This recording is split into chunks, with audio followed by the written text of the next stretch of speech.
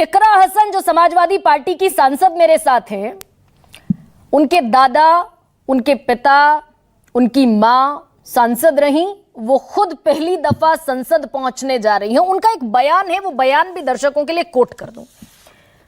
और ये बयान पढ़ने से पहले मैं बता दूं कि वो उस पार्टी की सांसद हैं जिनका कोर वोट बैंक मुस्लिम और यादव माना जाता है। टिकट इसी आधार पर बांटे जाते हैं, पद इसी आधार पर दिए जाते हैं, पूरी गोलबंदी उसी आधार पर होती है। वो ये कह रही हैं कि मैं सिर्फ मुस्लिम समाज की बेटी नहीं, सर्व समाज की बेटी बनना चाहती हूं। जिसने वोट दिया या नहीं दिया, मैं सबके लिए काम करूंगी। इकरा, इस्तकबाल आपका, बहुत बहुत स्वागत। जी बहुत बहुत धन्यवाद आपका। इकरा, कहना और करना दो मुख्तलिफ चीजें हैं क्या? आप जिस पार्टी से आती हैं, आपने कही तो बहुत शानदार बात है, लेकिन जिस पार्टी से आप आती हैं वो मुस्लिम यादव गोलबंदी से ही 4 बार उत्तर प्रदेश की सरकार बना पाई। जी बिल्कुल, कथनी और करनी में कई जगह फर्क जरूर देखने को मिलता है, लेकिन अगर आप मेरी जो सीट है, मेरी कॉन्स्टिट्युएंसी है कैराना, उस पर गौर करेंगे, उसके समीकरण को देखेंगे, तो आपको उसी से अंदाजा लग जाएगा कि हमारी सीट पर आप सिर्फ एक समुदाय के वोट से नहीं जीत सकते। वहां का समीकरण इस तरीके का है कि मेरी जो जीत है वो अपने आप में ये रिजल्ट है कि यहाँ पर मुझे 36 बिरादरी का, सर्व समाज का सपोर्ट और समर्थन मिला है, और तभी मैं ये सीट जीत पाई हूँ। तो इतने आशीर्वाद, इतना भरपूर प्यार मिलने के बाद अगर ये सीट मुझे जीतने का मौका मिला है, तो उस मौके को मैं सभी के लिए इस्तेमाल करना चाहूंगी। और ये मैंने हमेशा ये देखा है और सीखा है कि जब एक जनप्रतिनिधि बन जाता है, आज अगर प्रधानमंत्री जी बने हुए हैं तो वो पूरे देश के प्रधानमंत्री है, वो किसी एक वर्ग के, किसी एक समुदाय के नहीं है।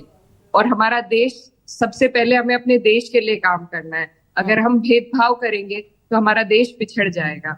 तो कोई भी जनप्रतिनिधि, चाहे वो प्रधानमंत्री हो, चाहे वो गांव का प्रधान हो, सभी का यही फर्ज है और यही हमारे संविधान का भी दायित्व है कि हमें सभी के लिए काम करना है। तो इकरा, ये तो आपकी इंडिविजुअल थॉट प्रोसेस हुई ना, ये व्यक्तिगत हुआ इकरा हसन का। पार्टी तो किसी और लाइन पर चलती दिखती रही ना अभी तक। देखिए, पार्टियों का भी, हमारी जो पार्टी है, हमारी पार्टी ने इस बार नारा दिया पीडीए का, और ये इतना बड़ा वर्ग इसमें कवर हो जाता है कि उसके बलबूते पर ही आज पार्टी तीसरी सबसे बड़ी पार्टी बनकर उभरी है। तो ये पीडीए का नारा था, जो जिसमें अगड़े भी आते हैं। पीडीए का मतलब ये नहीं है, इसमें पिछड़ा, दलित, अल्पसंख्यक और पीड़ित अगड़े और जितने भी लोग हैं जो अपने आप को शोषित महसूस कर रहे हैं, वो सभी इसके उसमें आ जाते हैं घेर में। लेकिन अंत तक, लेकिन इकरा, आप कह रही हैं, मैं जो सवाल उठा रही हूं वो ये कि भाई जाति, धर्म, संप्रदाय, लिंग, जन्म स्थान, किसी भी आधार पर संविधान भेदभाव की इजाजत नहीं देता। लेकिन आपकी पार्टी ने इसी चुनाव में कितने टिकट बदले इसी जातीय गोलबंदी के लिए? अंत तक 7-7, 8-8 जगहों पर टिकट बदलती रही, 2-2 बार, 3-3 बार। यही जातीय गोलबंदी सेट हो रही थी ना।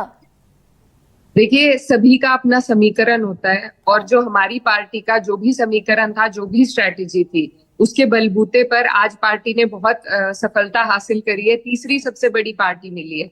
बात चुनाव लड़ने की और अपने वोटों को, वोट बैंक को, या आप कुछ भी कह लीजिए, सभी पार्टी अपने एक एक वोट बैंक को आधार बनाती जरूर है, लेकिन उसके बाद ये जो आप मेरा बयान चला रहे हैं, ये बयान उसके बाद का है।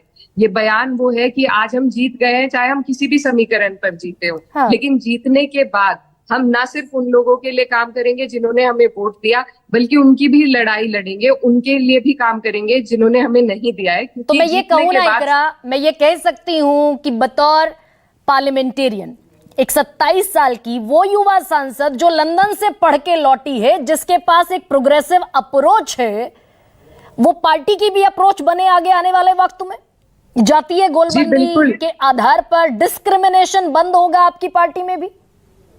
जी बिल्कुल। देखिए, ऐसा है कि डिस्क्रिमिनेशन है ही नहीं। कुछ सीटों पर समीकरण हर सीट पर अलग बनता है। किसी सीट पर जाट बहुल्य सीट है, कोई सीट गुर्जर बहुल्य सीट है, तो हमारे यहाँ हम कास्ट को इग्नोर नहीं कर सकते। मैंने भी पॉलिटिक्स की पढ़ाई करी है और थ्योरेटिकल और प्रैक्टिकल में जमीन आसमान का फर्क है। हाँ। अगर आप थ्योरी पढ़ेंगे तो यहाँ पर कास्ट रियलिटी को थोड़ा हम इग्नोर करके चलते हैं अपने इंटेलेक्चुअल वर्ल्ड में, लेकिन आप जब धरातल पर काम करेंगे तो कास्ट एक ऐसी रियलिटी है जिसको आप इग्नोर नहीं कर सकते।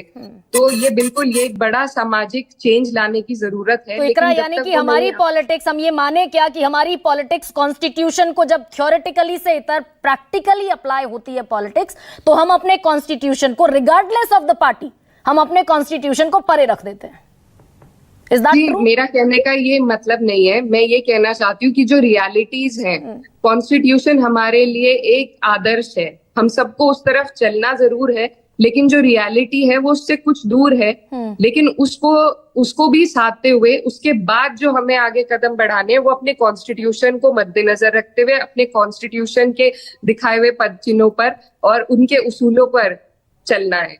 लेकिन उससे पहले के जो रास्ते हैं उसमें जरूर ये सारी जो ग्राउंड रियलिटीज है, आज आप और हम वुमेन एम्पावरमेंट की बात करते हैं, पर हम एक बहुत पेट्रियार्कल सोसाइटी से भी बिलोंग करते हैं, वो भी एक रियलिटी है। तो ये दोनों चीजें साथ में चलती हैं, लेकिन हमें एक प्रोग्रेसिव थॉट के लिए जो एक चीज है, जो हमारी कास्ट रियलिटीज है ऑन ग्राउंड, उनको मद्देनजर रखते हुए उनको हमें अपने कॉन्स्टिट्यूशनल फंडामेंटल्स के अंदर लेकर आगे बढ़ाना है। इकरा, थैंक यू सो मच, बहुत बहुत शुक्रिया आपका कि आपने जमीन की जो सच्चाई है आपकी पार्टी के भीतर भी उसको कम से कम माना कि कॉन्स्टिट्यूशन जो कहता है वो अलहदा है और ग्राउंड रियलिटी जो है वो अलहदा है और ये दूरी पाटने की जरूरत। खैर,